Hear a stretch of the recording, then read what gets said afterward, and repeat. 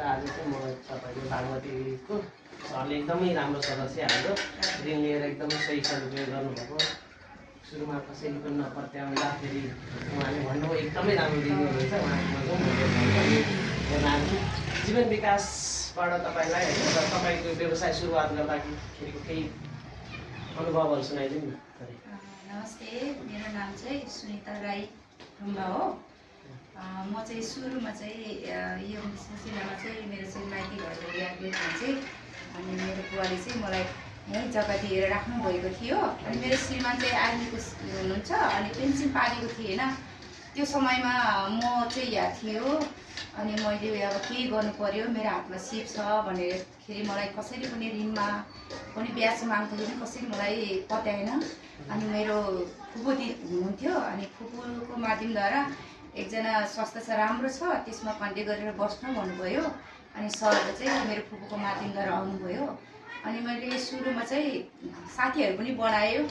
Group साथीहरू बनाउँदै गर्दाखेरि मलाई कस्तो समस्या आयो भन्दाखेरि यो मान्छे चाहिँ बाहिरबाट आएको हो अनि यसको केही पनि छैन, हामी ग्रुपमा नबस्ने नराख्ने भनेर उहाँ साथीहरू पनि पन्छाएर उहाँहरूले छुट्टै ग्रुप बनाउनु भयो। अनि छुट्टै ग्रुप बनाउनु हुँदाखेरि चाहिँ म एक्लै भएन होइन, मलाई कति धेरै पीडा लाग्यो। अनि सरले मलाई सन्तुना दिनुभयो। हाम्रो सुरेश सरले चाहिँ धेरै भनौँ न, मेरो अगाडिमा मेरो बुवा हो, बुवाको तल स्थानमा म चाहिँ सरलाई राख्छु। सुरेश सरले मलाई के भन्नुभयो, तपाईँले यति धेरै साथी बनाउनु भयो, साथीले हजुरलाई राख्नु भएन दिदी, 5 जना भयो भने साथी बनाउनु, 5 जनादेखि तपाईँ सुरु गर्नु भन्नुभयो।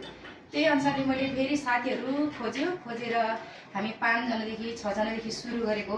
त्यसपछि साथीहरू थोरै गरेर बढाउँदै आयो, तर इमान्दारी साथ साथीहरूले किस्त राम्रोसँग तिर्ने भयो। र जुन मलाई छुटाउने मैले जम्मा गरेको साथीहरू चाहिँ मलाई पक्षपात गरी छुटायो। उहाँहरू चाहिँ केही समयपछि उहाँहरू चाहिँ सम्म नै हट्यो उहाँहरू चाहिँ। हामी चाहिँ अहिले लगभग कति 2 वर्ष लागेर 3 वर्षमा लाग्यो।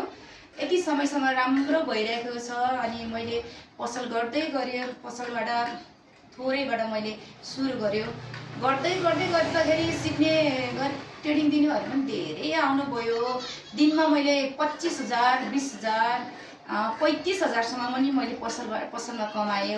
अनि मलाई चाहिँ एकदम दुःख लाग्यो चाहिँ, अब अलिकति मलाई मन पनि दुख्छ कि त्यो समयमा मलाई कसैले पनि पत्याएन। मलाई जीवन विकासको संस्थाबाट धेरै सहयोग गर्नुभयो होइन।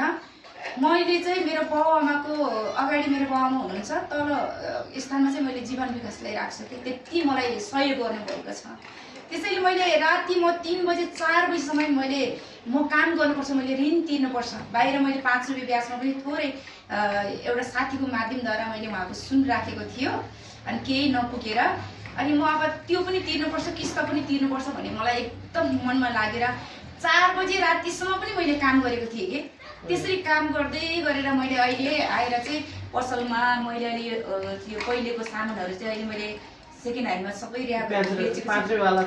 तिर्यो। मैले 5 रुपियाँवाला पनि तिर्ने अनि मैले फेरि किस्तको पनि तिर्ने। अहिले आएर किस्तको तिरेर पनि मैले महिनामा मैले 40 र 45,000सम्म मैले खर्च गरेँ भने 50,000सम्म मैले बच्ने रहेछ किस्त तिरेर।